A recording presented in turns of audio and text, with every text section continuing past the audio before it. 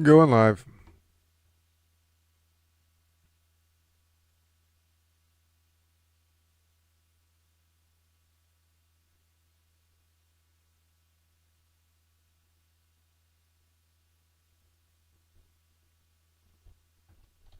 Nope.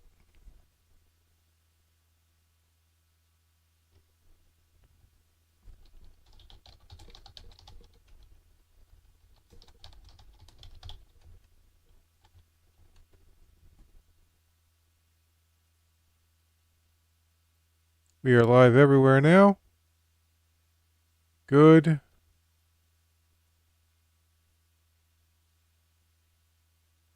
There we go.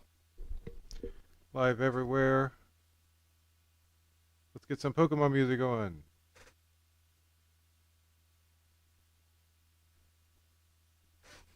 Pokemon music, Pokemon music.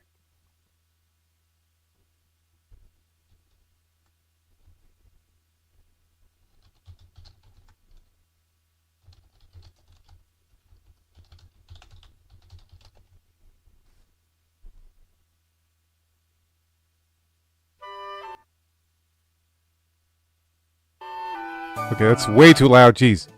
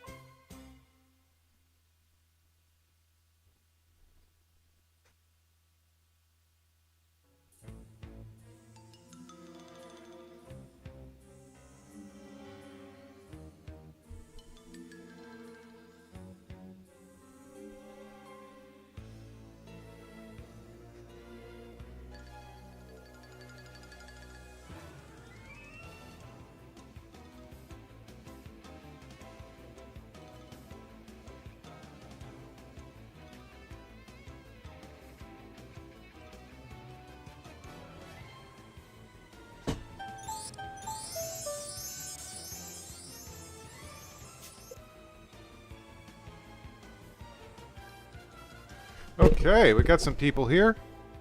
Let's see if Carrie's ready to go. Not yet. We'll be starting very soon. Doo-doo. I've got many illustrations. I've got like 20 different illustrations to share today. Once we get to those points in the story. Let's see.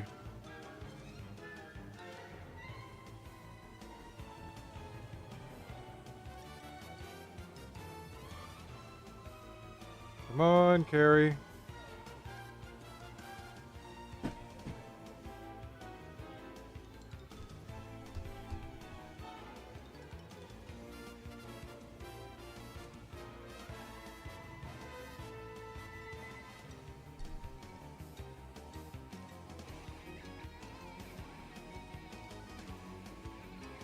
Any minute now.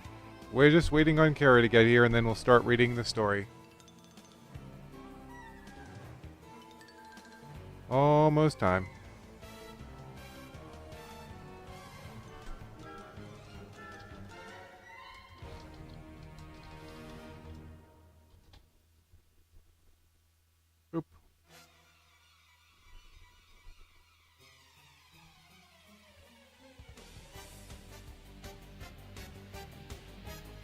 turn up the music just a little bit.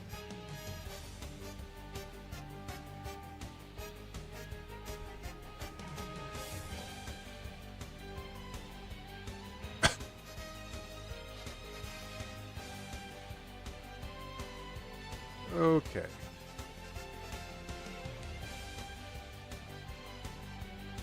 Let's see. We're about a little bit more than halfway through this part of the story. Hopefully we make a lot of progress today, and we just lost some people.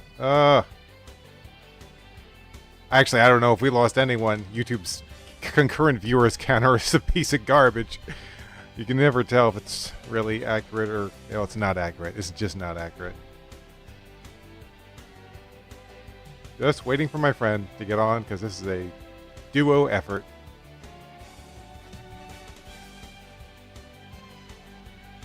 Come on. Oh, here she comes. Hello.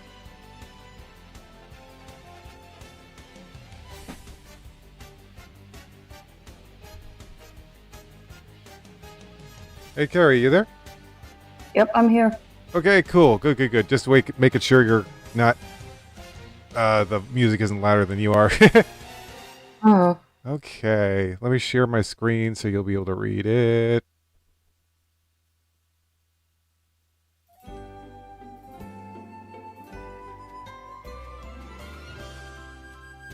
Okay, Carrie, who's going to start today? You can start if you want to. Okay. Oh, looks like we're halfway through the page. Yeah, whatever. Both Danny and Polly wanted to eat at a fancy restaurant, but all they could afford was a cheap pizza place. Once Danny had made himself sick from getting too many refills of soft drinks, Susan decided to bring an important point to his attention. Danny, when are you going to give your Pokemon nicknames? Oh, we get to the nicknames! Yes! I love this part of the story. Nicknames? Yes, all great trainers give their Pokemon nicknames. Like me, for example. I've never actually thought about it before. Well, think about it. You too, Polly. Polly didn't care too much about nicknaming her Pokemon and just laid back. I don't even know where to start, Danny said, scratching his head. Just think of one of your Pokemon and its qualities, then go from there. Susan answered. Mischievous. Well, it certainly likes its hair. Yes, but it's also a ghost, so think of something ghost-like. Wait, Susan, I got it. Do you remember what Mischievous did in the last battle? You mean the pain split? Yes, both Jasmine and Steelix thought they were in the lead, but pain split cut both Pokemon's HP in half and cuts Pokemon's HP in half and divvies it up between them. That was a deceiving move. That's it. Deceiving. I'll name Mischievous Deceiver. Should you start or I should keep going? Yeah, I can do it. I can do it. Okay. Oh boy, I just checked on Land of the Lustrous, and we are going to have some really long ass chapter and time skips for you. Good grief. Great. Now we are getting somewhere. Susan said excitedly. What about Sudowoodo? We want to give a nickname to that weird thing. It looks like a tree, but it's really made out of rock. Hey, that gives me a good idea. I would call it Fake Whoop. What a name! Ooh. Carrie is not a fan. Nadia is pleased though. Oh, I have an idea for my crocodile. What? Have you seen the Total Down Hunter? Yeah, I love that show, but that guy on it is completely nut. Susan remarked giggling. That guy is called Steve, in which we are going to be, in which will be the nickname for the crocodile. Danny and Susan continue nickname, and they named Bellsprout Glitter because of its unnatural golden color. Judah was given the name Tremor because it was a ground type. Quagsire was the only one left with our name because frankly he baffled everyone. You said he bumped their heads on the boat, so why we call it boat bumper? So silly, Susan! Danny exclaimed, looking irritated. Are we ever going to leave? Polly shouted, jumping up and putting a look of surprise on everyone's face. Danny never heard of his sister yell like that before. It nearly gave him a juvenile heart attack. Polly looked embarrassed and quietly returned to her seat, drawing. Danny and his arms dropped on the top of his duffel bag when he could feel movement from it. Does he remember the egg Legend had given him? Oh, I bet this egg is ready to hatch. You keeping it warm? Then Polly inquired her brother. Something like a mother hen. Yeah, of course I am. I have it too close to my gym socks so that I warm with my feet. Ew. Susan covered her mouth, looking as if she would be sick. A thought rushed to Danny's mind, and then she saw the current line. We have to hurry before the gym closes. As everyone ran outside, Polly laid the tip on the table. Before he could approach the gym leader, Danny needed to heal all his Pokemon. As he waited to return of them, Danny asked the nurse Joy about the gym here. Oh my! The name of the gym leader here is Chuck. It's a hardcore fighting Pokemon gym. Fighting type, Well, I better come prepared with Mischievous and Bellsprout. They are really strong against fighting types. If I were you, I would watch my step. His Pokemon are so powerful they overcome their weaknesses. A chance seamlessly walked out of the healing room, pushing Danny's Pokeballs around the cart. I will be careful, Nurse Joy. I will come back with a badge too. That doesn't sound good. Is it my turn? Yep. As Danny and the others left the center, Joy shouted more advice to him. Don't play around, get straight to the point before his Pokemon attack. Gee, it sounds like this gym leader is really tough, Danny, Susan said, sounding serious. His fighting Pokemon won't even touch... His fighting Pokemon won't even touch Mr. Viss. I mean Deceiver, Danny corrected himself. As the gym came into eyesight, he became more anxious to learn what challenges he would face. At the entrance, Danny high jump kicked the door open. Oh, damn! and fell flat on his back. Okay. That's about what I would expect. Next time, try to use the doorknob, Susan remarked. Polly helped her brother up, and together they walked into the fighting gym. The floor was very hard, and that's what a floor is like, usually. And on both sides of the wall were made of large boulders crammed together. Danny looked ahead and saw a large muscular man whom he suspected to be Chuck, the gym leader. Hair was scarce on his head, and he had a thick black mustache coming up from his sideburns. He had large biceps, and the only clothing he wore was a pair of shorts. Danny took a deep breath.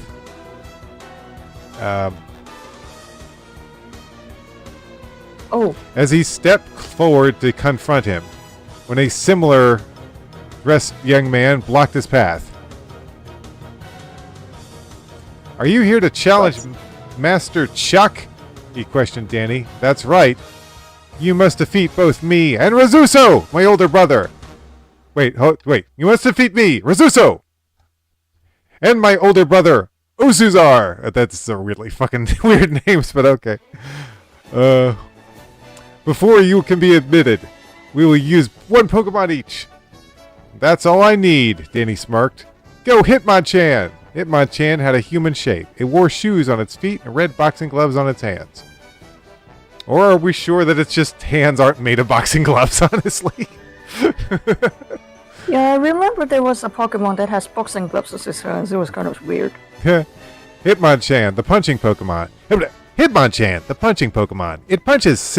Its punches slice the air. Here's Saitama. Saitama before Saitama, I guess. Its punches slice the air. They are launched at such high speeds, even a slight graze could cause a burn. Deceiver, do your thing! Ghost Pokemon are good against fighting Pokemon, but that doesn't mean they won't win it. The fuck? Hold on. Ghost Pokemon are good against fighting Pokemon, but that doesn't mean they... Well, fucking sentence is breaking my brain here. I think what they mean is ghost Pokemon are good against fighting Pokemon. That doesn't mean they'll win in the end. And I'm going to stipulate. What is going to happen? Said. Oh, what was this guy's name again? Ugh. Oh, okay, right. I got it. Razuso. Deceiver, Psybeam, Hitmonchan, Thunder Punch. Hitmonchan ducked under the vicious Psybeam and threw its punch into Deceiver, zapping it with charges of electricity. Deceiver didn't seem to care though and headbutted it back. Maybe your fighter does have attacks that hit Deceiver, but their special attacks won't hurt it. What? My brain keeps breaking on this chapter for some reason. Whatever, I'm just going to go on. Alright, Deceiver, now give it a Confusion Ray. I think I've been hit by a Confusion Ray, I gotta be honest. I think I've been hit by the Confusion Ray. Confusion came upon... I'm also very confused because for some reason I'm planting some I'm planting some mint, and then there's like a plant that I do not recognize start growing on it as well. Huh. We think that it might have been weeds. Huh. But it isn't. Apparently it isn't. It's a dwarf pennywort. Huh.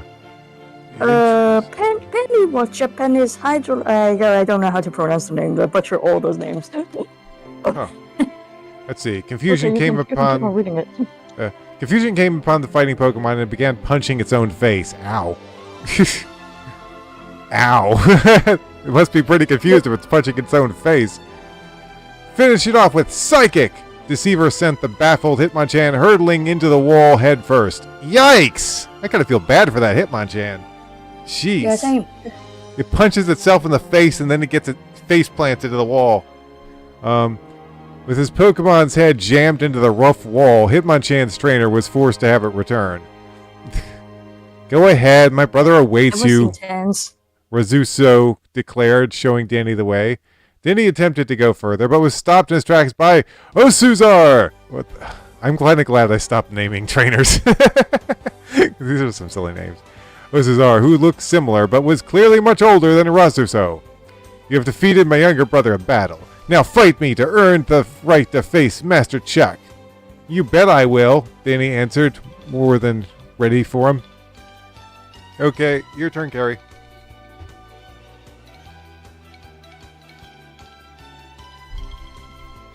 How did that even happen? I don't remember getting things like that. Sorry, I am very, very confused because those plants that I grow are actually not weeds. Huh. Weeds. I will be here in a second. Hold on.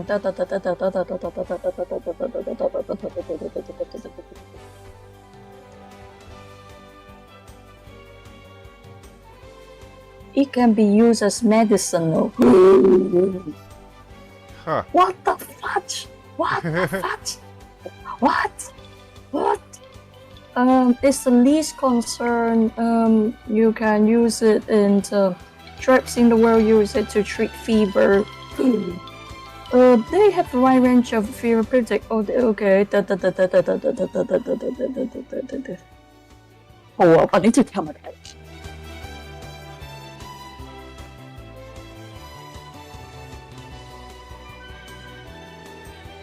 What's up?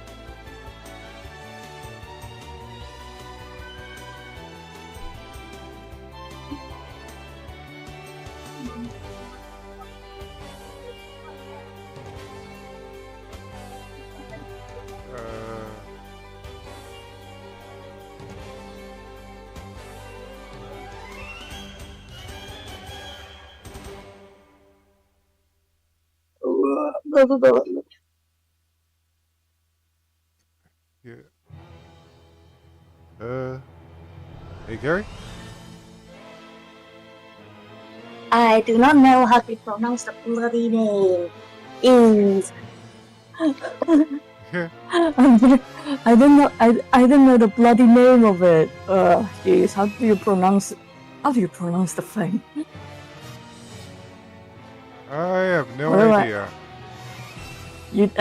Either of us have no idea what they are, but we are very pleased that it was actually not weeds. Suddenly, I stopped growing more plants. Well, it's your turn now. Sorry about that. I got Pcat Lo-Fi. Where is the? Oh, there it is. As before, we shall only use one Pokemon each. I'll be using Hitmonlee. The fighting Pokemon had no head or mouth on its eyes, where in the center of his body, it had long springy legs and yellow band around his waist. Hitmonlee, the kicking Pokemon. This amazing Hitmonlee, the kicking Pokemon. This amazing Pokemon has an awesome sense of balance. It can kick in succession from any position. Wait, which one? This doesn't have the boxing gloves, right? No, it's more about kicking. Oh, is it the one that before evolution or something? I can't remember because it seemed to be like. Hold on. Let me send. Hold on. Give. It's this Pokemon. I sent you a picture. Okay. Let me take a look. Yeah, I know it's Hitmonlee, but there's another one. You just say Hitmonchan, right? But not really. That's a different one, right? Yeah. It does. He looks very uncanny, like Jesus. You see, but you still have lots of energy left, so I choose you. I suppose my brother's elemental punctures weren't enough to finish that little shrivel. The fighter smart angered Deceiver, and her hair stood straight up. Calm down, we will show him that. Foresight! Hitmonlee's eyes shot out red beams of light, making Deceiver solid. Now double kick. Then he finally realized what Foresight's effects were, but he was too late to warn his ghost Pokemon.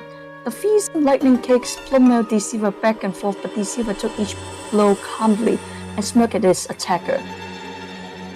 I don't get it. If Hitmonlee can hit Deceiver, why isn't it working that good? She pondered. The smart Pokédex were quick to answer her. Although Foresight allows fighting attacks to affect? Is it affect or effect? Attacks to. It's supposed to be affect. Affect goes, they are still rather weak. Use your best attack on Hitmonlee. Let's finish it with a jump kick. Hitmonlee stepped backwards and rushed forward, leaping into the air with his foot in front. Pass it, the Shadow Ball. Deceiver, manifesting a glowing orb of blackness, Deceiver pushed it into Hitmonlee's hands and moved out of the way. At that point, Hitmonlee was unable to stop itself and crashed into the wall, making the Shadow Ball explode in radiant purple light. Taking the explosion head-on had significantly weakened Hitmonlee, and it could do was stumble around. Enough of this! Hitmonlee, return! Otsuka looked furiously at Danny, then stepped out of his way. Now Danny made his approach towards Chuck. The gym leader grinned as he saw Danny approach him. Welcome to my gym, young one. I'm Chuck the Cianwood gym leader. This will be your hardest battle yet. He looked to its side and punched a large rock, which broke into small pebbles. Are you impressed? Danny squinted and shook his head. Nah. Chuck looked surprised from Danny's response, then chuckled. Yeah. See? You're quite right. Typo, yes. You're quite right not to be my strength. Doesn't matter here, does it? What are you trying to type in there? You're quite right. You're quite right not to be. My strength doesn't matter here. It's my strength to Pokemon that matter. Chuck readied his gym for battle with Danny, and he brought out his referee to get started. Bold trainers will only use 3 Pokemon each, he began. There will be no time limit. This battle is between Chuck, the gym leader, and Danny Dragonson from Cherry Grove City. Ah, that was the place that they say in, huh? The referee signaled the fight to start, and Chuck was the first to choose his Pokemon. Same size as before, had large muscle veins coming out from his arms, and it wore a red belt around his face. Manchoke, the superpower Pokemon, it always goes at its full power. Manchoke, the superpower Pokemon, it always goes at its full power, but it's very tough and durable. But this very tough and durable Pokemon never gets tired. How can it never get tired? Danny asked in amazement. I'll make it get tired. Deceiver, go get it!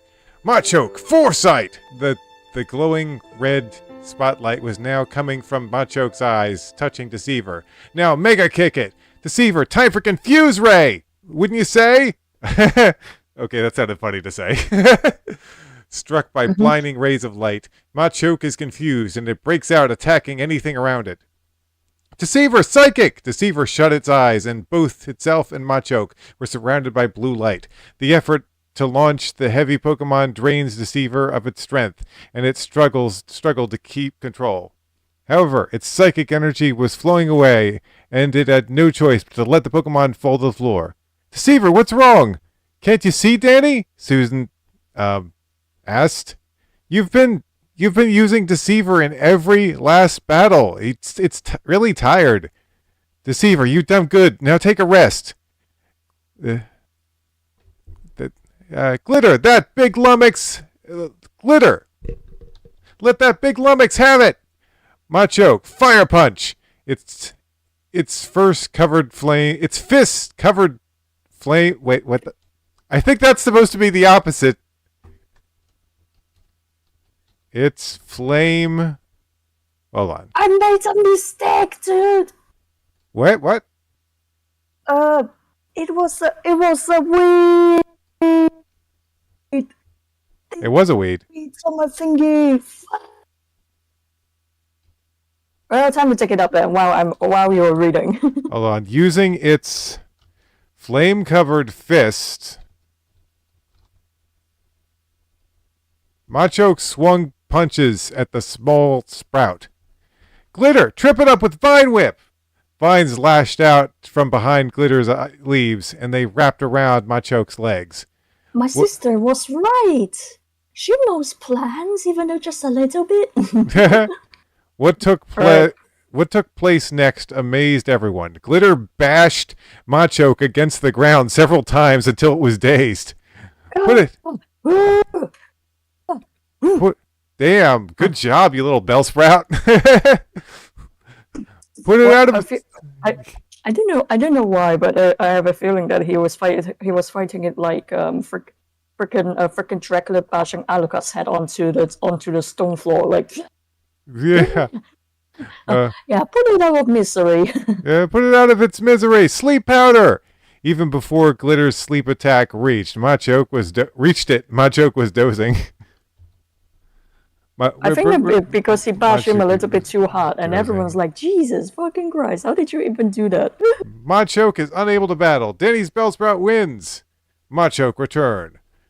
Ready to give me that badge yet? Danny inquired, even though he knew the answer. Ha! That was my weakest Pokemon, kid. Now it's time to turn up the heat with Machamp! Machamp was even bigger than Machoke was. Instead of 2 arms, it had 4. Machamp, the evolved form of Machoke. It quickly swings its 4 arms to rock its opponents with ceaseless punches and chops from all angles. Glitter, Stun Spore! Glitter shook off a green powder that floated in Machamp's direction. Machamp, give it applause for the impressive attack! Machamp clapped its 4 hands together so hard they forced out air, which blew the Stun Spore right back into Glitter. That's kind of epic.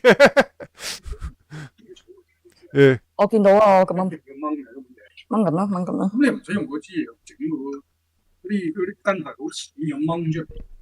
呢個啲似，呢個都係啦，係咪？掹緊啦，掹緊啦，掹緊啦，掹緊。如果你唔掹咧，會點樣後果？生得好犀利，同埋爆喺度係咁爆咯。Uh, oh, yeah, it was relatively easy to pull them out. Yeah. Okay, let's see. Alright, Where? I fixed my plans. Ooh, that's good. I shall continue reading. My father said that the roots are very easy to pull them up, and I don't need to use a letter opener to whip them out. Huh.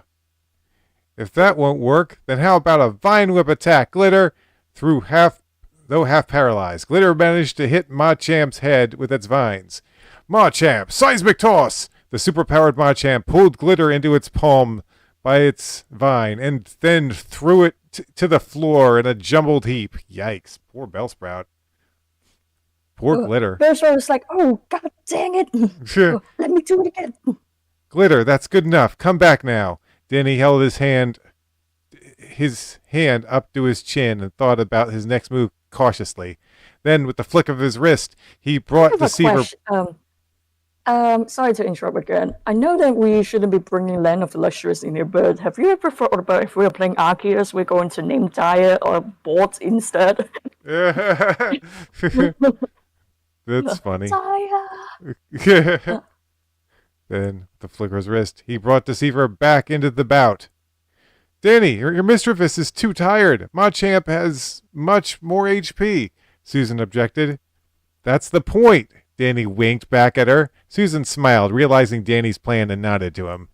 This won't be hard. Machamp, Foresight, Deceiver, do pain split while it's identifying you. Yeah, as Machamp's eyes recognized Deceiver, its power was cut and given to Deceiver, completely re-energizing it. Machamp's strength was now dwindling, and it began panting heavily. How can this be? Chuck questioned, tearing out his own hair. Dude doesn't have much hair, just gonna say. Deceiver, Giga Drain! Another leech attack took away Machamp's already low power and made Deceiver even stronger than before. Enough of this! Attack with Cross Chop before you can't attack at all! Bringing its arms back, Machamp flung them forward, trying to crush Deceiver in between them. Huh? Oh, it's your turn. Returned. Sorry, I thought it was my turn reading, but it's not. Okay. Is it your turn or my turn? I think it's your turn. I think we got to a new page. Okay, let me read it. That's the point. Danny smiled at her, realizing. Susan smiled, realizing Danny's plan, and nodded to him. This won't be hard, Machamp. Right, Deceiver, do pain split while it's identifying you. As Machamp recognized Deceiver's, its power was cut and given to Deceiver, completely re-energizing it. Machamp's strength was now dwindling and stopped panting heavily. How can this be? Chuck asked question, tearing his own hair out. Deceiver, Giga Drain!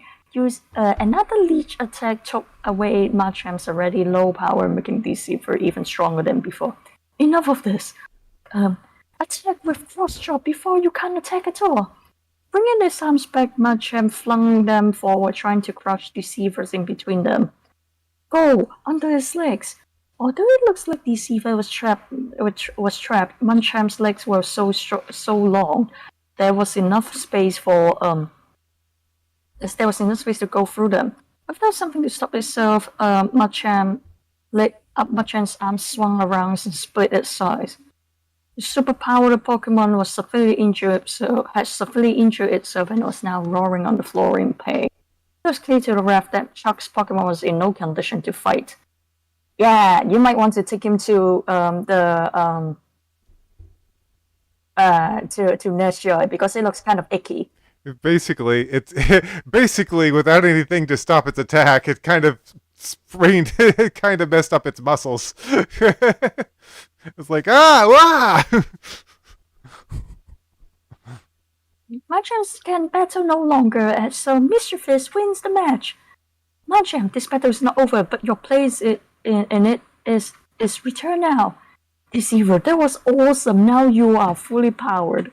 You got a typo there. Now you are fully powered up.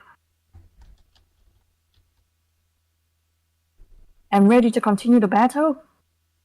Clever youth, but now you must defeat my strongest Pokemon. Strongest? Danny exclaimed. Chuck's previous statement had taken him by surprise. He didn't believe any fighting Pokemon could be stronger than Machamp. Go! Hey, Pokemon! Chuck commanded. His last remaining Pokemon looked nothing like the previous ones he had used. This one was blue and white gloves, cuffing his hands, and a big black swirl cup on its stomach. Oh, he's not a fighting type, but he's just a Froggy.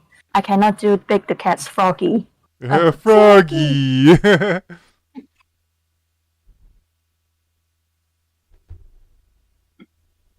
Froggy, a Poliwrath, a Wrath, the tadpole Pokemon. Their strong and skilled swimmer is even capable of crossing the Pacific Ocean just by kicking.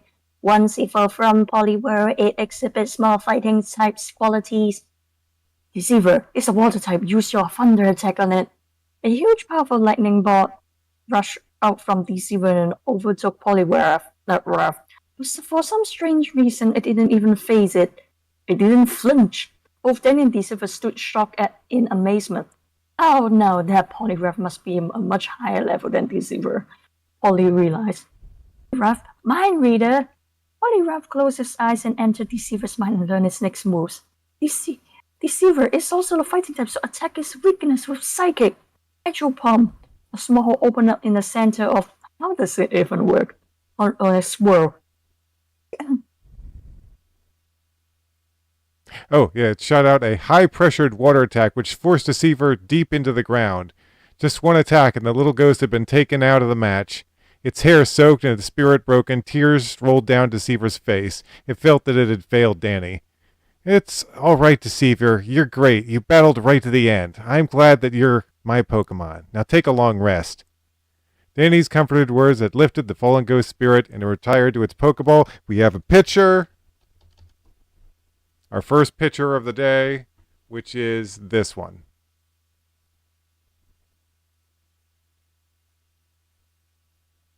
Do you see it, Carrie?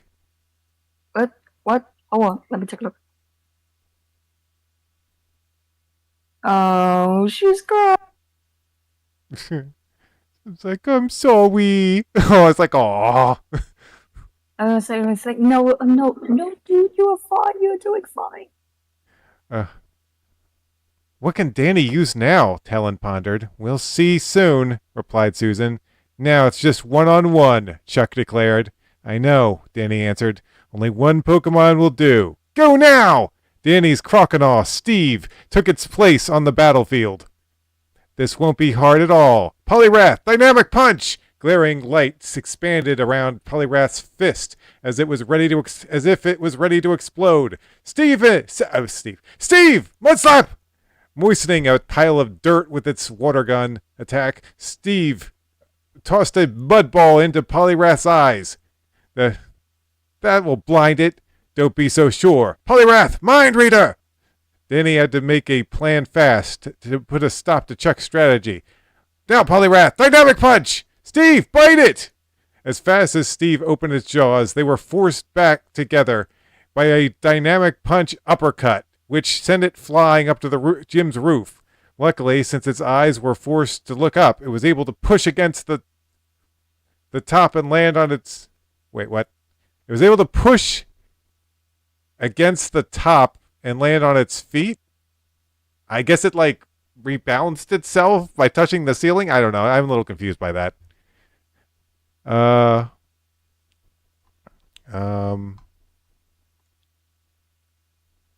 you okay? Oh yeah, that was me. Sorry. Yeah, I guess your turn. By the way, some guy was doing some size comparison and look at the size of this porcupine versus a lion on our chat. Wait. What the heck? Huh. Let me see. That's a big one. It's a big boy. Yeah, that thing does look like an Eva. However, the powerful blow had taken its toll, and Steve was in bad shape. Steve, forfeit if you can't fight anymore. Steve's eyes stretched wide open. it was aware of how important this present battle was to Danny. No, actually, Danny came out wrong. He should be like, it's okay if you can't do it because you're in so much pain. Yeah. They came a bit wrong, Danny. Yeah. He also knew that it was his last remaining Pokemon. Touched by Danny's kind offer, he turned to his foe and let out such a loud cry it shook the whole gym. Yeah, crocodiles do scream, but very rarely. Yeah. Very rarely. Then it began changing its shape and enlarging until it became bigger than anyone there. It's very similar to crocodile, but it is more powerful. Feraligator, the evil form of crocodile, when it bites with its massive and powerful jaws, it shakes its head and savagely tears its victim up. Jeez, Pokemon! That's brutal. So now the odds are even. Danny proudly announced, Poliwrath, Mind Reader, Steve, the Poliwrath for Deceiver, Slash Attack. Yeah, I was thinking Deceiver in her Pokeball be like, yeah. Win! Use the chair! Use the chair! Use the chair! Poliwrath was concentrating learning about Steve's future moves, and his stomach was sufficiently slashed up, disturbing his concentration. Dynamic Punch! Poliwrath launched another Dynamic Punch at Steve, but this time his fist was caught by Steve's bigger and stronger claws. Sit away! Steve! Steel grabbed onto Poliwrath's hand. Steve threw it against a pile of rocks, which collapsed and fell upon it. Then he shouted, "This is not happening!" Wait, we got another picture. Let's see. Boo, boo, boo. And the picture is this one. Oh, he does look very. This one looks very nice. This is not happening, Chuck denied. After Chuck had finished denying the battle took place, he presented Dennis with his storm badge that was made into look like a black fist. This is my 7th badge. I only need... Let me just minimize this real quick. Okay, Volse is rated. Whoa, we just got rated by Volse. Hey, everybody. Nice. Yeah, that's pretty nice. We're just reading my old Pokemon fan fiction. I just showed off this picture here. This guy is freaking hyperactive. Feraligator, nicknamed Steve for Steve Irwin. Tossing Poliwrath over here. Let's see here. Let's see. So it's my turn, I believe. Yep. This is my 7th badge. I only need one more now. Danny smiled, dropping the badge into his front pocket. You better find a better place for that badge, man. Get a damn case. Danny, you are a worthy opponent, and someday I would like to have a rematch, Chuck said, returning to his gym. Don't wait for a response or anything. We're almost done. We're almost done. Polly laughed. Only one more badge to get, Susan added. Come on, everyone. We'll think more clearly while we're at a nice and comfortable Pokemon Center, Talon yawned. Oh, come on, everyone. We'll think more clearly when we're at a nice and comfortable Pokemon Center. Chapter, I don't know. For some reason, I stopped numbering these. Polly's responsibility. Rill burst through the computer room door to learn more about the trainers he had fought. Well, he demanded from the rocket grunt. Well, sir, it seems Daniel Jr. and Polly Dragonson are the children of Daniel Dragonson. So my recollection was... Wait, hold on, what's this? I'm sorry, reading this wrong. So, to my recollection... Cannot read. So, to my recollection, I was told by an executive that Daniel Dragonson and his friend... Hold on, we got music. Music disappeared. Music stopped. Get back in here, music. What the hell? Hold on, just start it from the beginning, I guess. There we go. There we go. Music is back. Thank goodness. Anyway, where was I? Yeah. My recollection. I really don't want to say recollection today. I was told by an executive that Daniel Dragonson and his friends basically made the first Team Rocket collapse. He foiled all of Giovanni's attempts. Rill took a minute to think about what he had just heard, and then a long-forgotten memory popped in. Yes, I remember now. Remember what, sir? It is of no importance to you. Now I want you to locate them. Who? Daniel's son and daughter! Who else? I want to speak to them in person. Yes, sir. Danny and his friends were not in for good news at the Pokemon Center. They discovered that getting to the final gym would be the hardest task of all. First, they would need to cross over the sea to get back to Olivine City.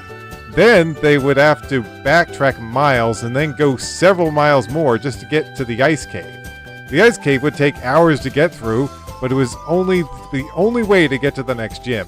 Yeah, I gotta say, Blackthorn City was not that easy to get to. Well, we'll have to get up very early to make this trip, Polly pointed out. So, it'd be wise to go to bed right now. Okay, hold on, let me just go and set this up.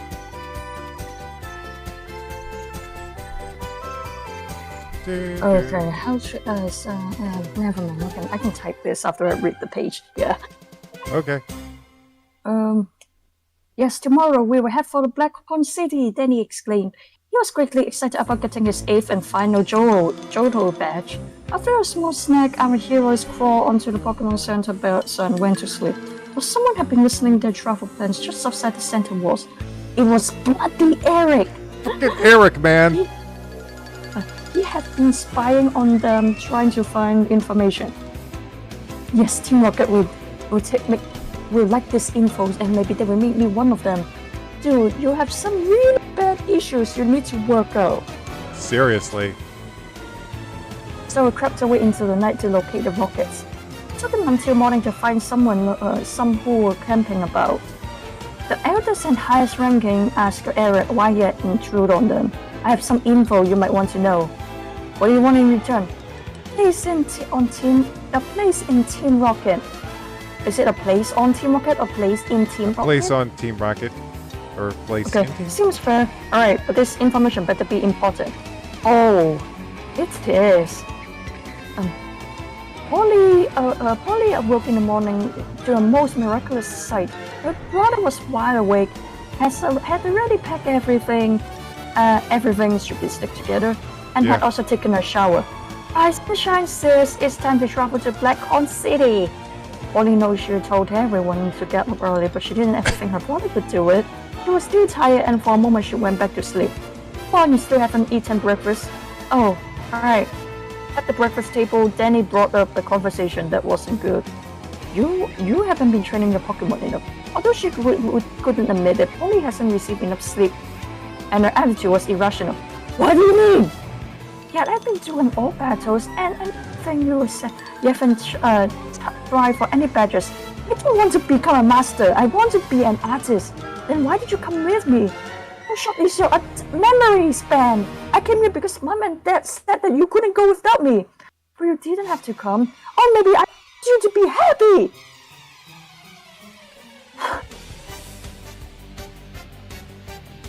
Polly finally comes to her senses and covered her mouth with the palm of her hand. Excuse me. She felt greatly embarrassed and ran away from the table. Both Danny, Susan, and Talon gave Danny angry looks. What did I do? Danny felt overwhelmed by her life. She needed to talk to someone, so she went down to the back of the Pokemon Center, where no one could see her. You got a typo there. Where no one... No, where no one. Oh, right. There we go. See her and brought her Lapras. Right from the start, Lapras could tell her trainer was saddened. What's up, Polly? Lapras asked in a deep and comforting tone. What's up, Polly? Lapras asked in a deep and comforting tone. Okay. What's up? I'm Lapras. Danny says I'm not doing my part, and I think he's right. I don't let you out as often as you should be. That's not true. I enjoy every second I'm with you. So do all your other Pokemon. Really? Of course. And besides, Danny doesn't know what you do at night. I can't tell him. Why not? I just can't. It's getting late now. You better go into your Pokeball. Alright. Polly took Lapras and returned to where the others were. Danny looked different, as if he was ashamed. Polly, I'm sorry for what I said, Danny apologized, forcing the words out of his mouth. He doesn't sound very sincere from that. But then again, he's a little brat. Yeah, that's alright, Danny. I haven't been taking many battles, but right now, I want to call Aunt Emily. Why her? There's a Pokemon I need from her. Since the visual phone was near to her, Polly dialed up her aunt. Alicia, is that you? Yes, it's me, alright. I want to transfer my Ponyta and get my Giraffe Egg. Alright, just put your ball in the transfer machine and I'll go get Giraffe Egg. Alicia left the room and then came back, pushing Giraffe Egg along and putting it in its Pokeball. Okay, hold on, we have a new picture. New picture is right here. There you go. So, what do you think? Why is she looking so tiny? She looks very tiny. She's actually younger than Danny is. Okay. Let's see. Soon the transfer was complete and the Pokemon have been exchanged. Take good care of my Ponyta, Alicia. I will. Goodbye, Polly. And almost done, the Pokemon Center, everyone left and went down the dock. I won't let you use my Lapras to get across, Danny! Polly protests. To get to Olivine City, ever heard of a boat? They cost money, Polly. We have enough to get on one. I've already checked. In fact, there's one over there that we can afford. Good. Take it then. Yeah, they are, teenagers and kids are being one of the most annoying types of things you can ever get. It is annoying. Yeah.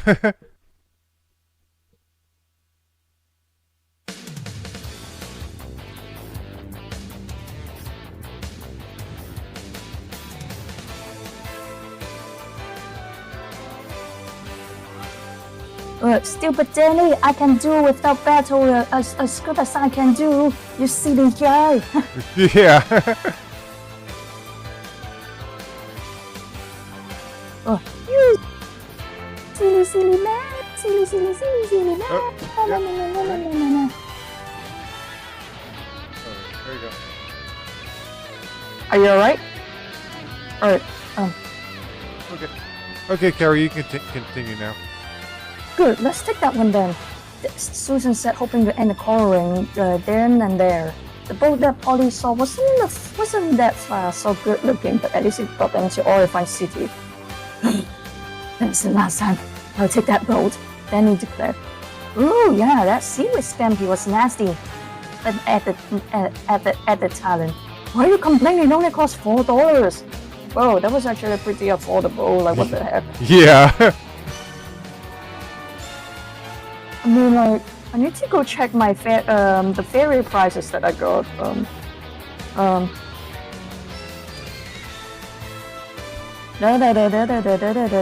Oh, they're like two. Price, timetable, press, peer location.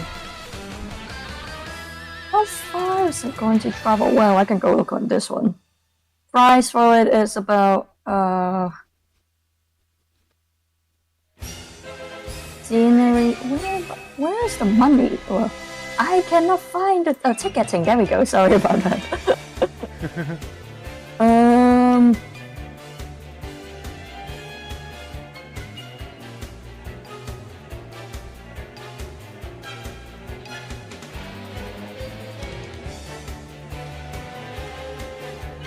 Okay, let's take a look. Whoa, that's pretty good. If it's just across the harbor, it's 50 cents to 9 cents. it's pretty good. Oh yeah. About 1.5 US dollars for adults for going across going from another here to across the harbor. I cannot read. One of the routes is going from city center to one of the islands, and it's about $6 US. That's a bit okay. That's not too bad. That's okay. And there's one that is about $5 US. Not bad. And we're just going to cost about $6 US or during weekends because it's weekends. There's one if you are going across the border, in which it will cost a little bit significantly more. It's about like $20 US to about $40 US because you have to do customs and stuff. Yeah, that's pretty good. Is it affordable in your own turn or something? I think so. Right, back to the thing. Okay. It wasn't even worth 4 pennies. So Danny remarked, "Just get off this dumb city." Why do I feel like Polly just did that just to spite her brother? Yeah. Yeah, let's just get out of this dumb city. Yeah, let's just get out of this dumb city. Our heroes left Oliver and Danny began coughing. It got worse, and Polly became concerned. "You alright?"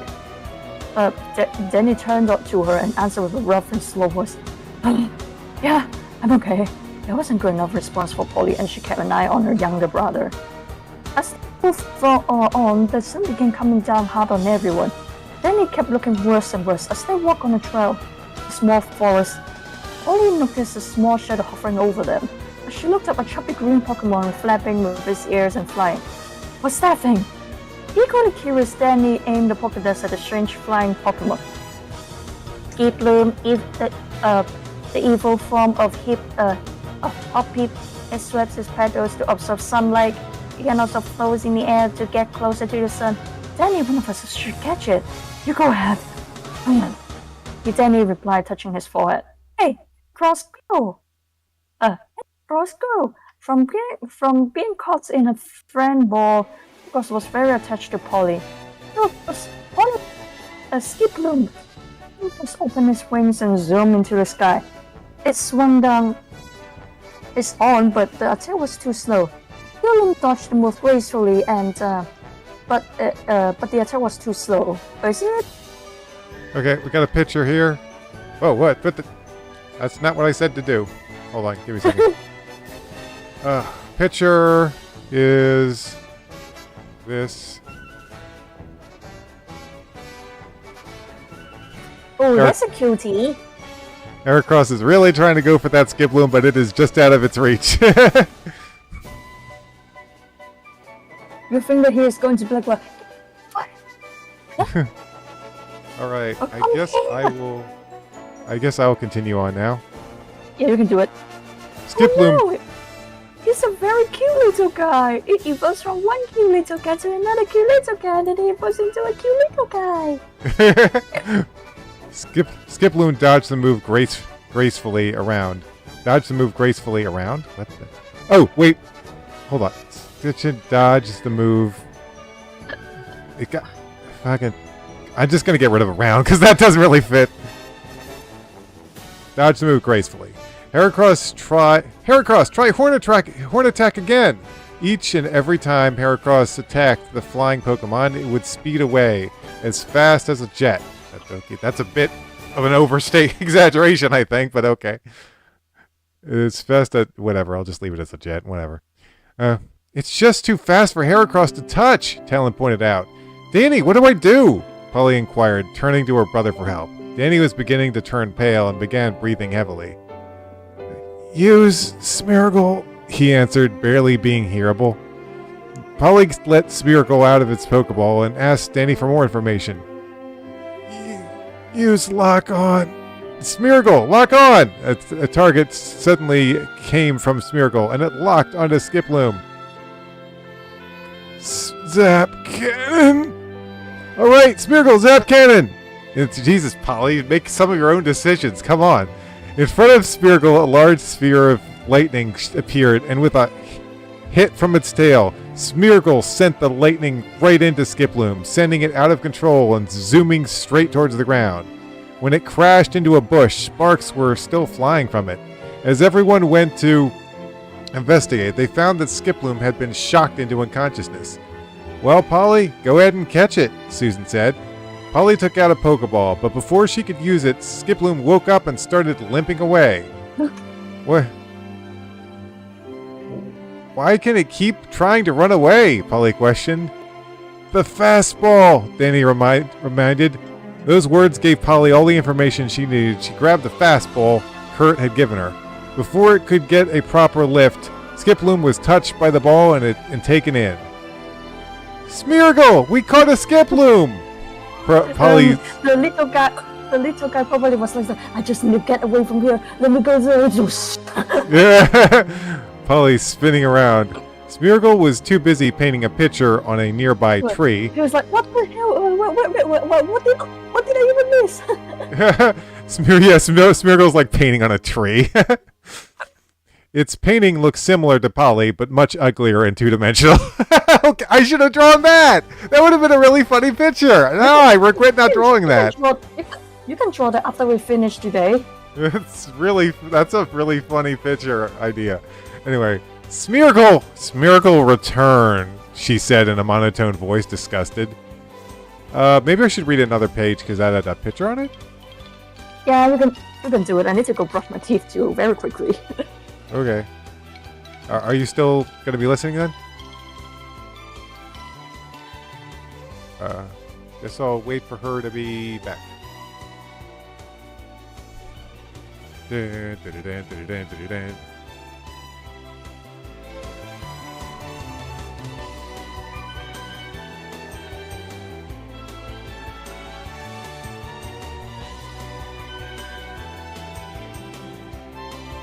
Ooh, got a new subscriber. Nice.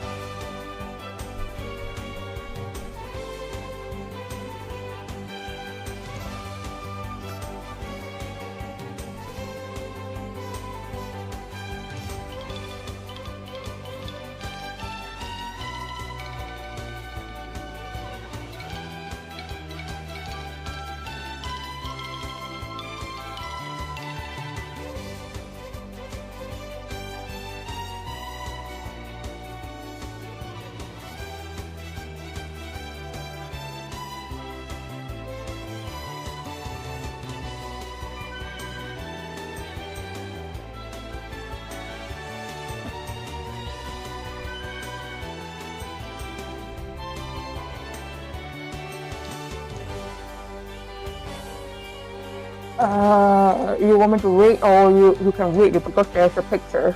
I just wanted you to be here. Okay, I'm here. Sorry about that. Okay, let's see. Danny slowly climbed onto his bike and trudged ahead. Polly, Danny looks ill, Susan pointed out. I know. Then why don't you do something about it? He won't admit it. What does that have to do with anything? Talon questioned. I won't force my brother to do something. Okay, so what I think is happening here is I think Polly's trying to get, in a way, it's kind of dumb, but we'll get into this later. She's trying to teach Danny to not, like, if he's, like, ill or if he's sick or something, he should ask for help and not be stubborn about it. I think that's what Polly's trying to do, but that's just what I'm just trying to explain it to you. Anyway, that's why she's like, I won't force my brother to do something. Well, we better catch up with them then. As our heroes... I'm glad I don't write as our heroes anymore. Whatever. As our heroes continued to follow Danny, they came back to Ecruteak City, where they had seen many legendary Pokemon do battle. Danny, I want to get my Skiploom now at the Pokemon Center, Polly said, seeing that they were close to one anyway. My family lives here. Would it be alright if I went to see them? Susan requested. Danny was so tired, and all he could do was say in response, "Go ahead." Spying on them through binoculars from a skyscraper they're really high up, were rockets being led by Eric. Yes, I told you they would come here. It's the only way to Blackthorn City. I didn't doubt you for a second, the executive replied. Let me fix that. The executive replied, We'll go outside the city and ambush them there. Well, Eric remarked slightly. Danny looks like he has some sickness. Great, this will be easier than I thought. Man, Eric, you're a dude, you're a dirtbag. He is a dick. Polly was talking on the Pokemon Center phone again, but this time to her Uncle George. She needed to be alone, so she told Danny and Talon to stand outside. That does need a quote there. Skiploom looked really bad when it came to us. What on earth did you do to it? Zap Cannon? Well, that explains it. Now, Polly, you know you have to send me one of your Pokemon to get it, right? Yes, I'm going to send you Jigglypuff. Jigglypuff? Susan exclaimed from behind Polly. Exactly when did Igglybuff evolve, Polly? Polly paid no attention to her and began transfer. Soon Skiploom was in her hands. Okay, thanks, Uncle. I have to go now. Goodbye. Hey, Polly, wait! Polly hung up the phone before her uncle could finish. She then turned to Susan. Explain, when did Igglybuff evolve? Last night, when everyone was asleep. Uh-huh, and how did it do so without experience and in its Pokeball? I've been training my Pokemon at night when everyone is asleep. But why?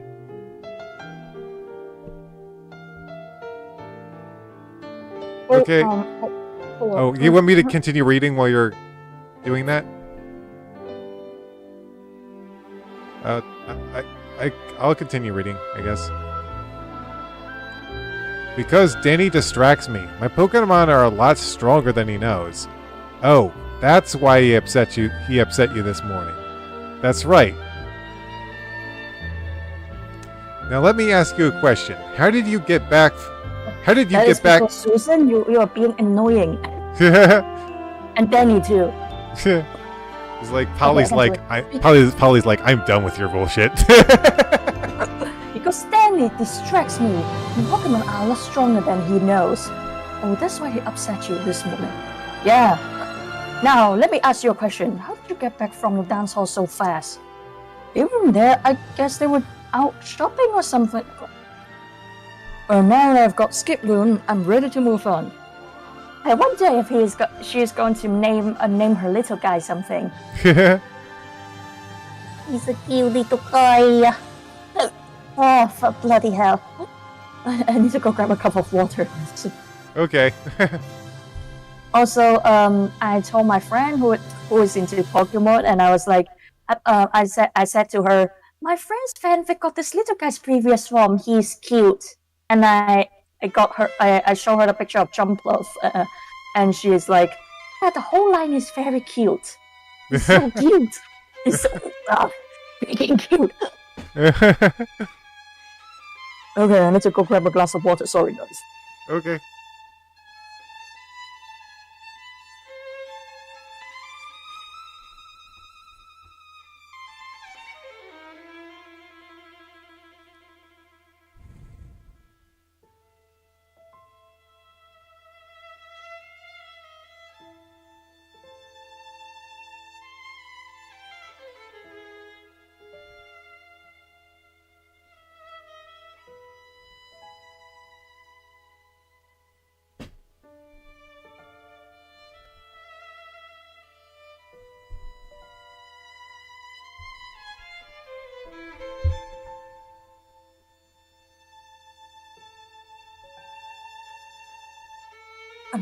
Hey, sorry about that. My hiccup is killing me.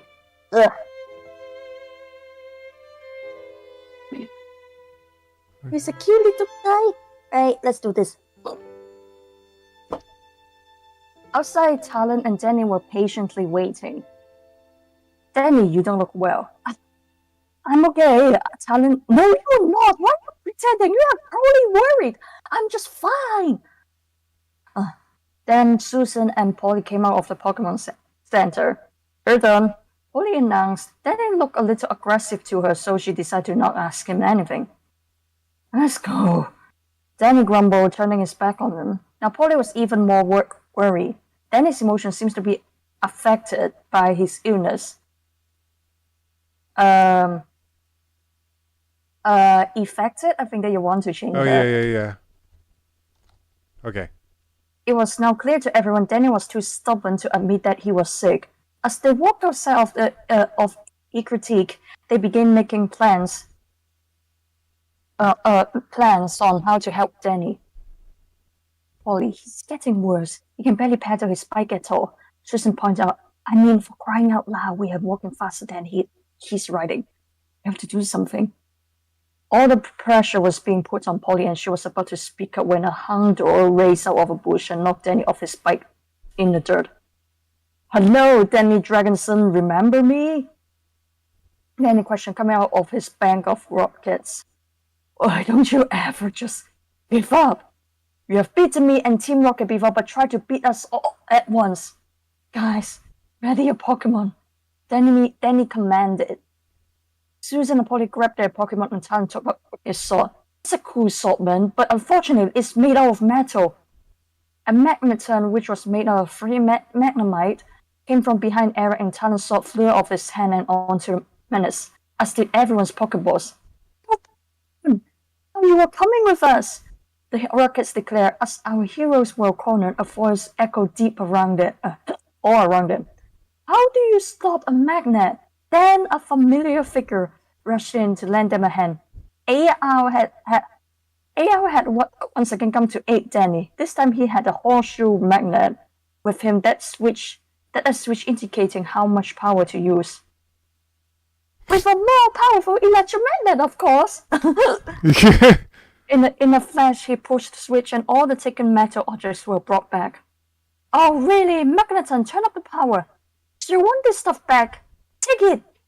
Reversing pose. AL hit the button on the other side of the magnet and threw it at Magneton. As the magnet got to only an inch away from the magnet Pokemon, was pushed too far away, no longer visible. Ooh, dang. Yeah, it's your turn. Yeah, now everyone had retrieved their stolen objects from AR's magnet, and we're ready to fight. Everyone, and we're ready to fight, to battle. Danny, now it's up to you. Freaking AR tuxedo mask over here. AR, wait! Danny, why is he keeping jumping around like that? Danny pleaded in vain. As he had done in the past, AR left them to themselves and the Rockets. What a dick. Fucking worthless AR. Let's get them. Steve, I choose you. Skiploom, go. Jungla, Vine Whip those Rockets. I don't know what attacks Skiploom can use. Probably realize. Pokedex, list Skiploom's attacks. Skiploom attacks. Stun Spore, Mega Drain, Sleep Powder, Leech Seed. There's lots of more attacks, but sure, we'll go with those four. Skiploom, Stun Spore attack. Not only did Skiploom release a Stun Spore cloud, but it also blew it right into the Rockets by fanning its own ears.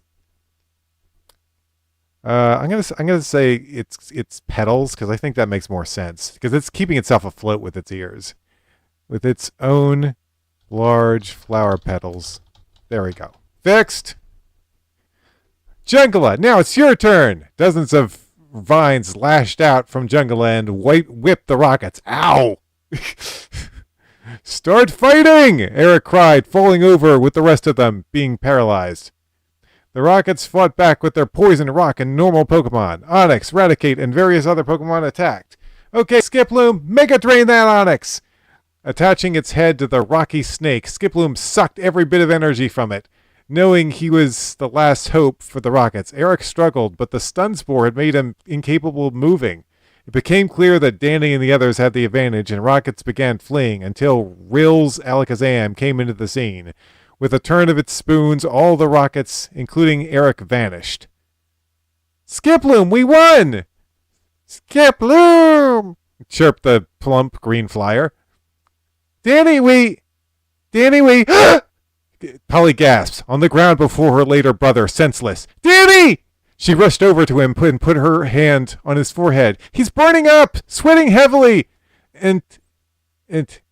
Wait, he was burning up. She's not saying that. He was burning up, sweating heavily, and it was red as blood. Oh, damn, that's really red. He has a high fever. You could just tell that by putting your hand. Well, I guess you could tell that by putting your hand on someone's forehead. We have to get him to the hospital, Susan exclaimed. Talon went over to Danny and put him in his arms. I'll carry him. Now, where's the closest hospital? It's in Mahogany Town, Polly answered. Ride on Danny's bike and follow me, Talon ordered. Okay, and we got a picture. There's no bike in it, because I didn't feel like drawing a bike, but pretend there's a bike here. Oh geez, Talon looks really neat. It was like, I was wondering how Susan is going to run in that. I was wondering how I was going to draw Susan running in that. I don't know if I did really a good job, but I tried. I feel like we have seen enough horny stuff and also lots of anime that they can run in kimono. But we are like, are you sure you can run in this thing? Because I don't think so. I think it still looks rather awkward, but I tried. I mean, I can help fix some of the things, but you are making her wearing a really tight kimono. So yeah, that's a bit hard. Yeah. Okay. Okay. Yeah, she is going to walk very quickly.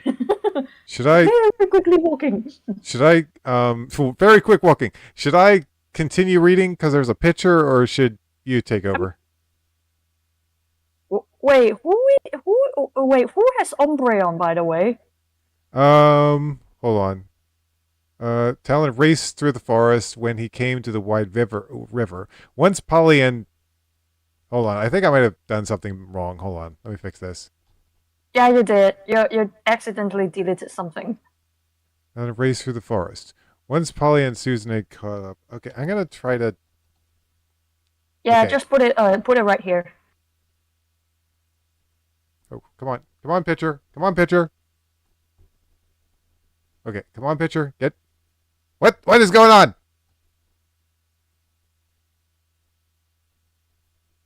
You might have to copy it again.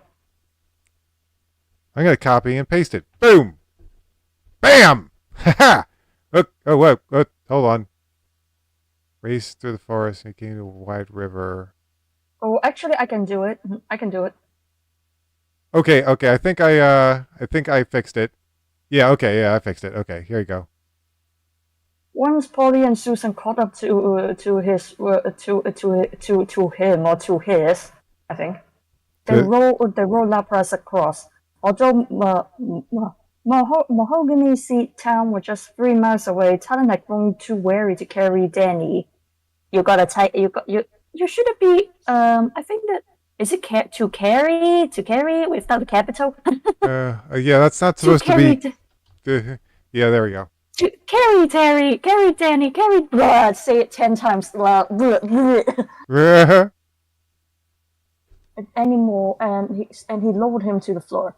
You're too tired to carry Danny further. Polly pointed out. No, I have to. Polly tried to think of a plan, but one came to her. First time ever she brought out Geoffrey and had Talon to load Danny onto his back. Geoffrey carried Danny to Mahogany Town. Both Geoffrey's heads cried out and ran ahead with Danny. In Mahogany Town, one of the many doctors was taking her lunch break. She was in her late 20s, wore a white coat, and under it was a black dress. What's the point of mentioning that? On her face was a pair of glasses, and her hair was blonde, long and curly. Ooh! And she was sitting all alone in the lunchroom when a small black four-legged Pokemon walked up to her and growled. Oh, hello. Umbreon, would you like some of my sandwich? Umbreon begged and she gave her a thin slice of turkey to eat. A woman's voice came over the intercom and saying, Dr. Madison, report to emergency hall right now. Well, Umbreon, duty calls. Waiting her in the emergency hall were our heroes. Then had been put onto a stretcher and was rolled away to another room when she came in. They could tell she was a doctor and began asking if Zanny could get well. Just call your parents, tell them what's going on, and wait. I will tell you as soon as I know anything. Polly used the nearest official telephone. She answered the phone and could tell Polly's face that something was terribly wrong. Okay. Do you want to do it or me do it? Oh, I'll do it. Okay. Let's see. Polly, what's happening? Danny has a fever, Mom. What? Danny, where are you?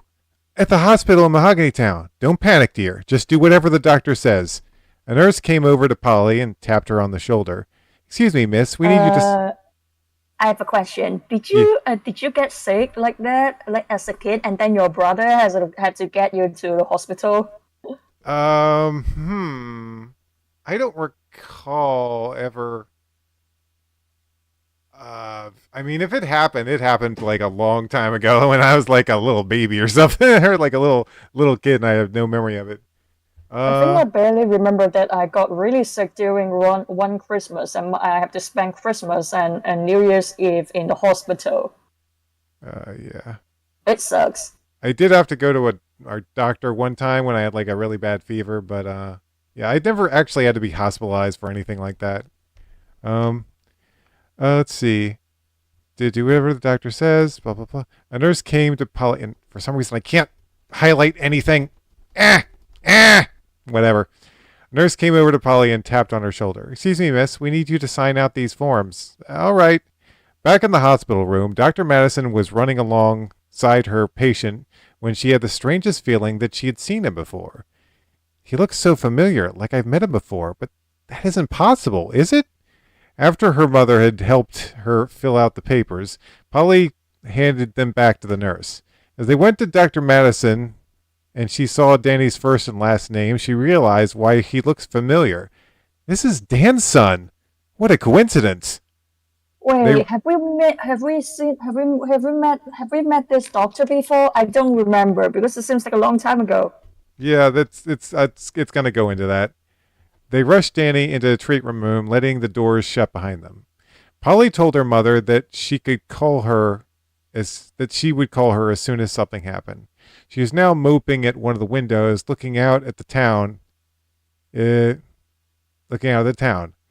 Hold on. I think this is a new sentence. It wasn't long before Talon joined her. This is all my fault, she blamed. Whatever. Before Talon could say anything, Polly continued. I shouldn't have let him go on pretending. Polly was ready to cry, but her sadness turned to fear when she saw a terrifying sight. Approaching the hospital was an army of rockets being led by Rill. Oh no! Susan also saw them, and she joined Polly. What do we do? We have to fight them, Polly answered. As Danny's determined sister got ready to attack the band of rockets, she saw that... That's not the end of a sentence. She saw that Danny's duffel bag was moving around, and she unzipped it. The egg was starting to crack, and ship pieces were beginning to fly out. Great. Just great. Just great. What a time for the egg to hatch. What are we going to do with it? Susan inquired. Polly took the hatching egg by the bottom and handed it to Susan. You take care of it until I come back. But what if you need my help? She said with concern. I'll be all right. Talon, will you help me? I will. Oh, dang, two of them looking badass are doing so, yeah? Yeah, this young swordsman answered. While the two of them went out to fight away the rockets, Susan watched as a small dragon pushed its way out of the egg. Polly and Talon met Rill behind the hospital, where there was a long grassy plain. He motioned his rockets to stop their march ahead. Polly Dragonson, I was expecting your brother to be out here leading you. Talon could foresee what was coming and extracted his sword from its sheath.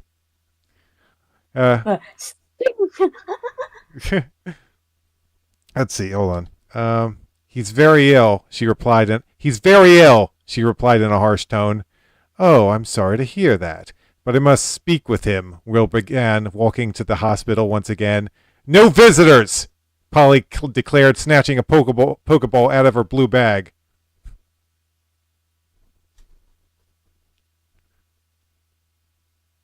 Okay, Carrie, your turn.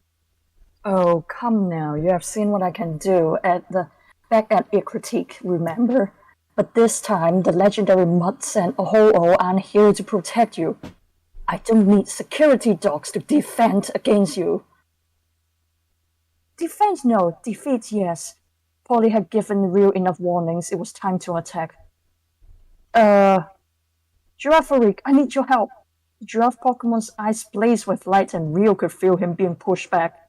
Oh, so that's how you want to play? Well, it's fine! In retaliation, Ryu sent back a more powerful psychic attack at Girafarik, pushing it down to the side. Don't bother getting up, you will only be pushed down again. Dratini was slipping out, its tail sliding down the egg. It's a real Dratini! Whoa! Susan exclaimed, astonished. Dr. Madison walked in front of the hospital, saw Susan and the Dratini. She decided to ask her straightforward. Are you Polly Dragonson? No, she's outside and is in big trouble. Why? An evil psychic boy named Ryu is trying to get in here, and she's trying to keep him at bay. Okay. Yes. The doctor said to herself, "Yes, I don't know what what I can do to help her.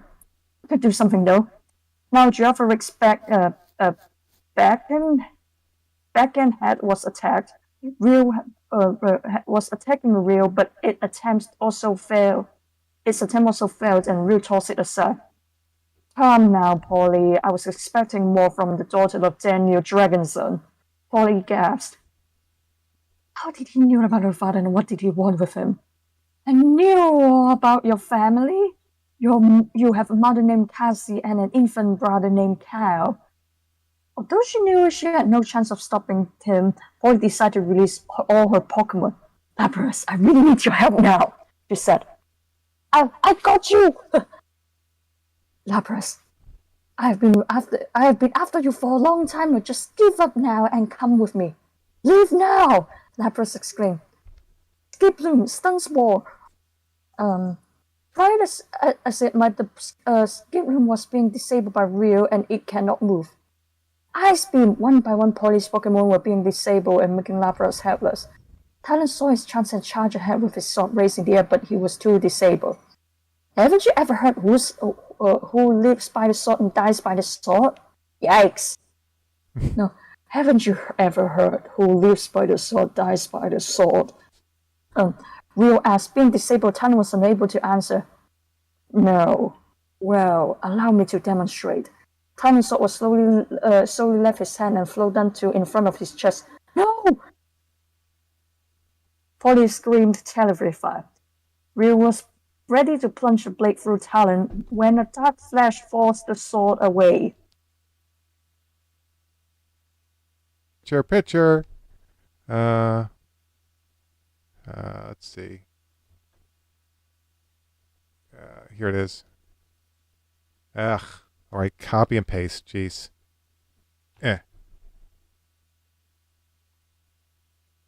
I said paste. Paste. Ugh. What is going on? Okay, save. Battle location. What the fuck? Oh no! What happened? Did it crash? It just crashed. What do you mean bad allocation? Open up again, you piece of garbage. I need you to fucking this one.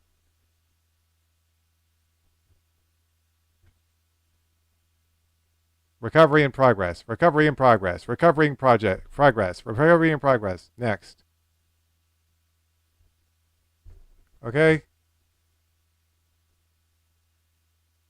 There we go. It's back open, I think. Fine. Okay. Oh, I can highlight things again. Oh, thank God. Oh. Let's see. Beat me. Let's see.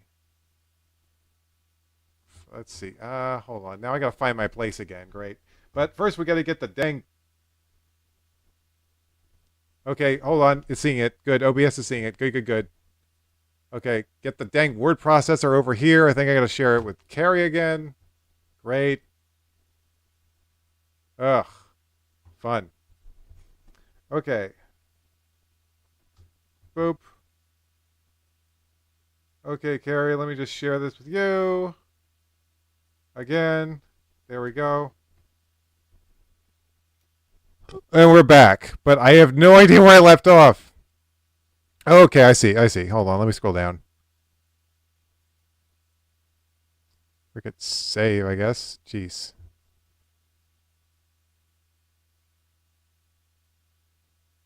Okay, let's scroll down, scroll down, scroll down, scroll down.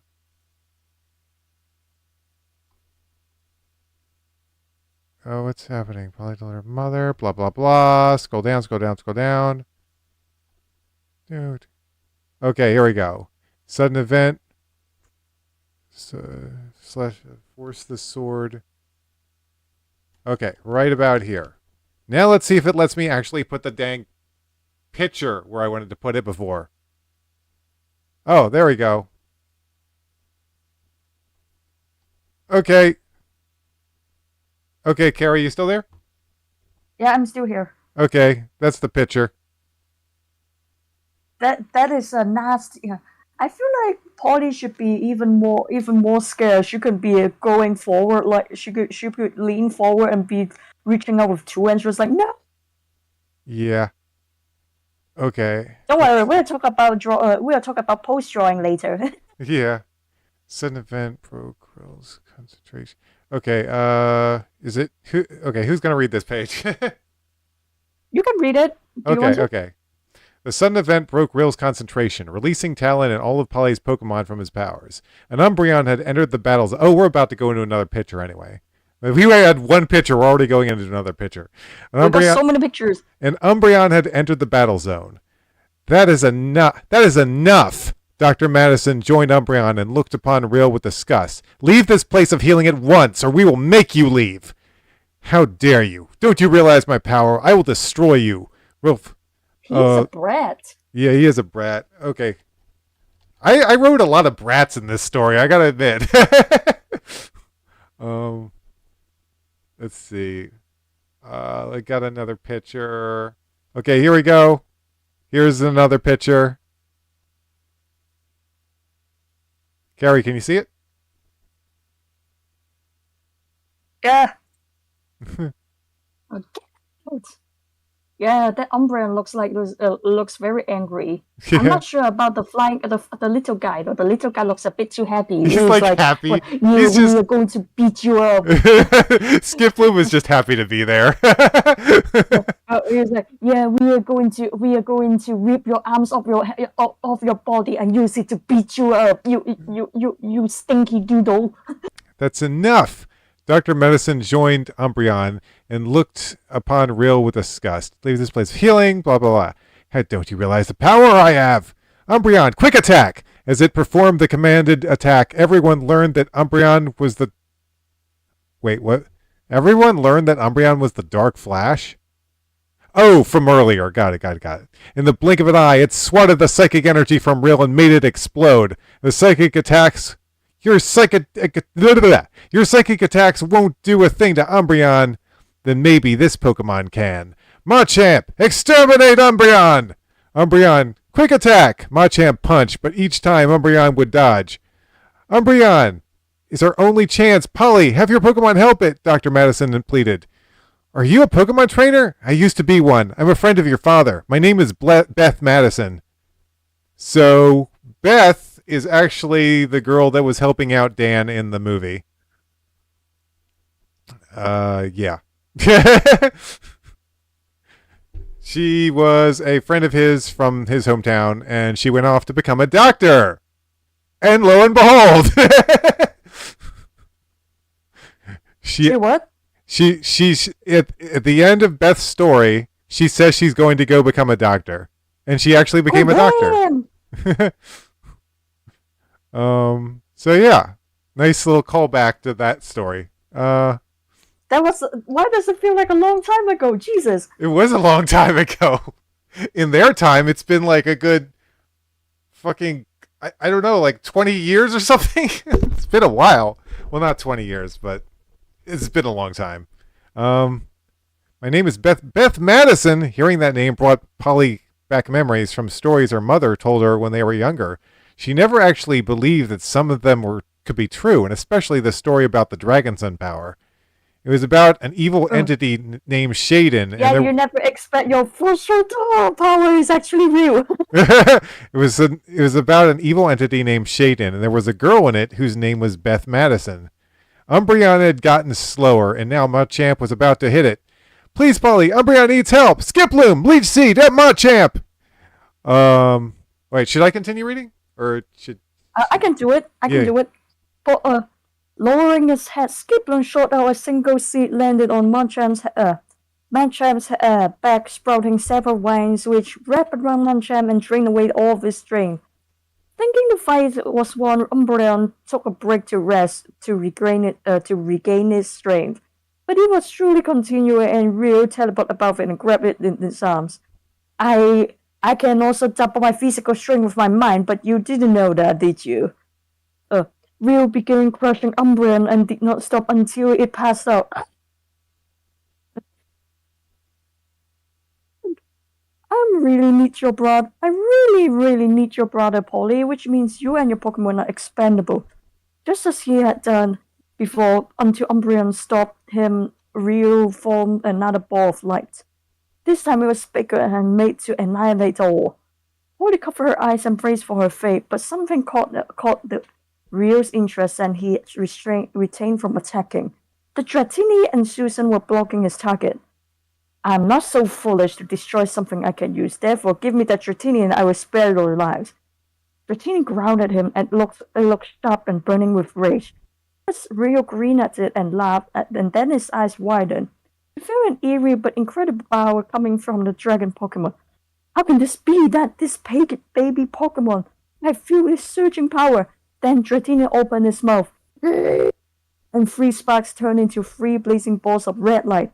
Had to run! Now! Ryu began running away, and the Rockets followed him. Ryu was still weak, but it was now conscious and ran after Ryu, headbutting him. You got a typo there. Headbutting him to the ground. To the ground. To the ground. You fool! You'll get us both killed. Umbreon was like, I will take you down with me. I will go down with you. To keep him from teleporting, Umbreon struck his head. An incredible blast coming from the baby dragon stretched a mile long, being hit not only Ryu but every rockets. They were all blown into the sky and like pieces of debris. Okay. Hold on. We got a picture. Let's see. Where did that picture go? Okay, here it is. Here's the picture. Right here. Do you see it? We don't see the mouth that this little guy has, but that's okay. Wait, okay. He's going. What? Hold on. The picture went in the wrong spot. I think I can fix it. Yeah, right there. Okay. Yeah, here. you need to make it smaller so that you can put it in. Yeah. Okay. Okay. Yep, your turn. Okay. And I heard them, Polly started, exclaim, Susan added, as they flew. Beth came in, out of sight. Talon exclaimed, "We'll get you, Dragonsons! We will bring on your blight!" The rockets cried, "We're blasting off!" Dratini! Dratini choked and fell down like a stick, shivering on the ground. Umbreon. Why did she choke? Like, she I thought she was like, "Never come back, you motherfuckers." Dratini, Umbreon walked up limping. It had managed to escape the dreadful beam attack. These Pokemon need medical attention now! Exclaimed Beth. I can, Polly offered, being stopped by Susan. I'll take them to the Pokemon Center. You go to your brother. Thank you, Susan. Polly gave Susan Giraffe Rig and its Pokeball and all the other wounded Pokemon. Soon Polly received good news about her brother in the hospital. His fever is broken and he's healing quickly, the nurse informed. They were all greatly relieved now and patiently waited for more news. Susan was now in the Pokemon Center waiting for the Pokemon to be healed. Nurse Joy came through the emergency room door, looking depressed. Is there something wrong, Nurse Joy? That Dratini really strained itself. It will take a day or two before it can battle again. Did you force it too hard, or it's only just been born? You forced a baby! No, I'm not its trainer. Its true trainer is in the hospital on the other side of town. Oh my! How are the other Pokemons doing? Well, Umbreon is the one with a serious injury. It's like won't respawn for a long time. Oh dear. Beth is not going to like it. Yeah.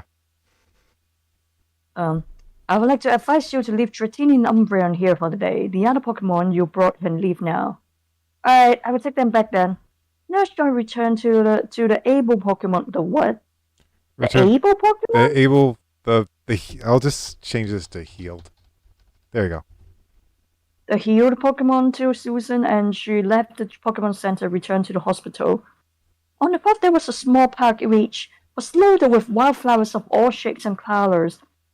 Such a beautiful place, I have to look around. Thinking it would be only taking a few minutes, she decided to walk through the area. She tried to stay at the front, but different flowers were all around, drawing her to them. Now she's looking at a patch of purple flowers with green rings on them. Excuse me, a deep voice startling her. She turned around and a tall man was standing behind her. And he wore old torn clothes and had a black beard. You wouldn't happen to have any extra change on you. Susan's heart was pounding. From the look of the man's shape, she could see that he was going to do something bad. She replied, I'm afraid I don't have at the moment. She got up and tried to walk away from him, but she grabbed her arm and pulled her back. Let go! You must have something. He locked his arms around her to keep her from running. Help! Susan tried to let out more cries, but the man put her hand around her mouth, and then he pulled out a knife. Now give me your money! Pardon me! Eric came into the scene and took note of the situation. This is none of your business, kid. Now get out of here! Oh, now, but it is my business. It's still my job to harass trainers, not yours. Now let her go before I do something I may regret. Like what? Like this. Not time. Do it! Eric's magnet Pokemon was out already, and the man's knife flew out of his hand and onto the magnets. Oh, no! The man exclaimed, pulling brass knuckles in which was also taken from him. Now he was getting desperate. Keep that thing away from me, or I will hurt her. Oh, I don't think so. You might want to look behind you. You think I will fall for... The evil man fell a pushing on his back, on the back of his leg, and he turned. Leering at him was Eric's Houndoom, who now looked more vicious than ever before. Without any other choice, the man took his hands off Susan and released her. I didn't mean anything. It was a joke. Can we just get along? Susan looked at him and became enraged. Joke, huh? Well, watch mine! She stormed over to him and slammed her fist right into his stomach, forcing the air out of him. Damn, whoa. Susan! Holy shit! That little girl is tough.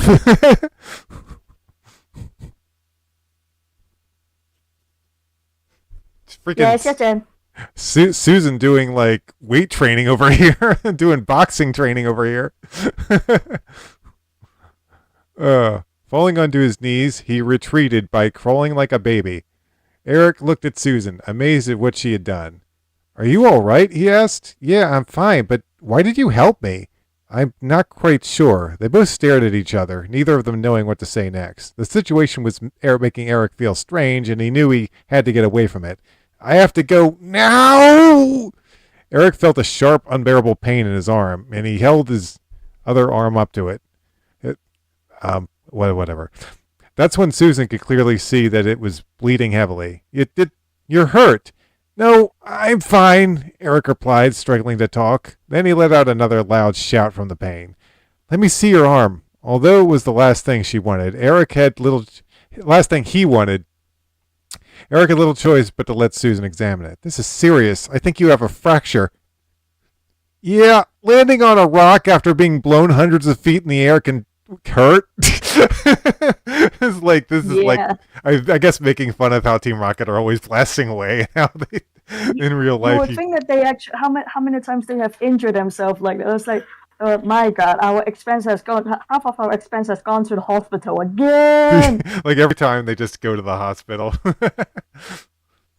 Yeah, landing on a rock after being blown hundreds of feet in the air can hurt. You have to come back to the hospital with me. No way. I won't let Dan and his friends see me in this shape. You have to. If you don't come with me, you could bleed to death. Houndoom and Magneton got behind Susan, showing their trainer that they agreed with her. Not you guys too. Wait a sec. Did you say bleed to death? Yes, I did. Well, what are we waiting for? Let's go. Word processor is processing. Anyway, Polly was beginning to worry something had happened to Susan. She was walking back and forth in the waiting room. She's just running a little late, Talon assured. I don't know about that.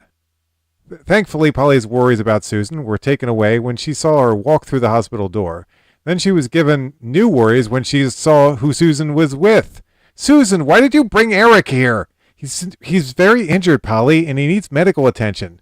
After Polly looked closer at Eric's arm, she couldn't argue with Susan. Well, I guess so, but if this were my hospital, I'd kick him out. That wouldn't make you much of a doctor, Beth sighed. I like Beth's response there. She took one look at Eric and knew time was running out. Please, come with me. Beth unfolded a wheelchair and put Eric in it. I mean, I think he can, whatever. Then pushed him into the emergency area. After she and Eric left a note, how many Team Rocket members died that day, do you think? Eric's the only one that goes to the hospital. Lift a nurse came in and approached Polly. Your brother is in top condition. Would you like to speak to him? Yes, if that's all right. Follow me. The nurse led her down many winding walls until they came to Danny's room. Danny was in bed and was flipping the channels on the TV attached to the wall. He didn't notice Polly at first, but after she coughed, he saw her. Polly, I'll be out of here tomorrow, and would you believe it? This TV has over 100 channels. In fact, I wish I was still sick. Polly went over to him and gave him a hug. So, what's been going on? Polly stayed with Danny until the nurse came for her. There was only one empty bed next to Danny's that would be soon filled. Okay, hold on. This is a pretty good spot to put in this next picture. It's the humor. Here we go. Boop.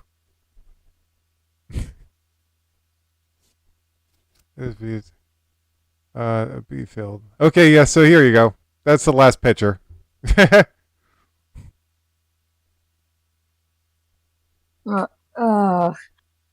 You need some work on that bed, though. The bed is not very well drawn at all.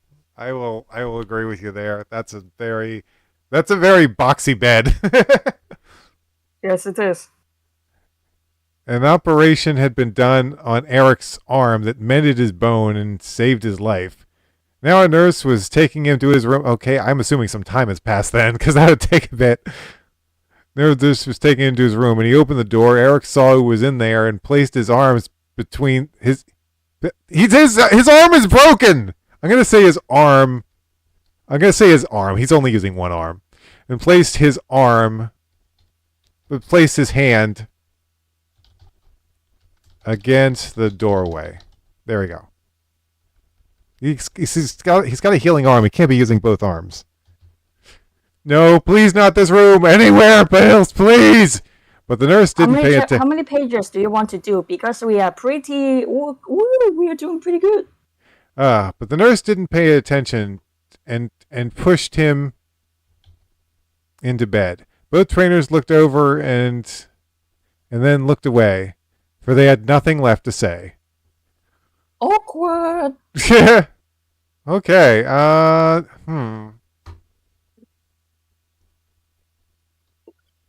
Hold on. I guess that's where we'll end it for today, because my brother wants to hang out. Oh, that's okay. I hope you have fun. Yeah. Whew. We'll be finishing this part of the story, next time. That is cool. Danny will get his final badge. But until next time, we will be also doing cassette beats and stuff. We hope that you like it. Yeah, we'll be doing Cassette Beast, and we'll read more of this next week. So yeah, see you next time. Bye.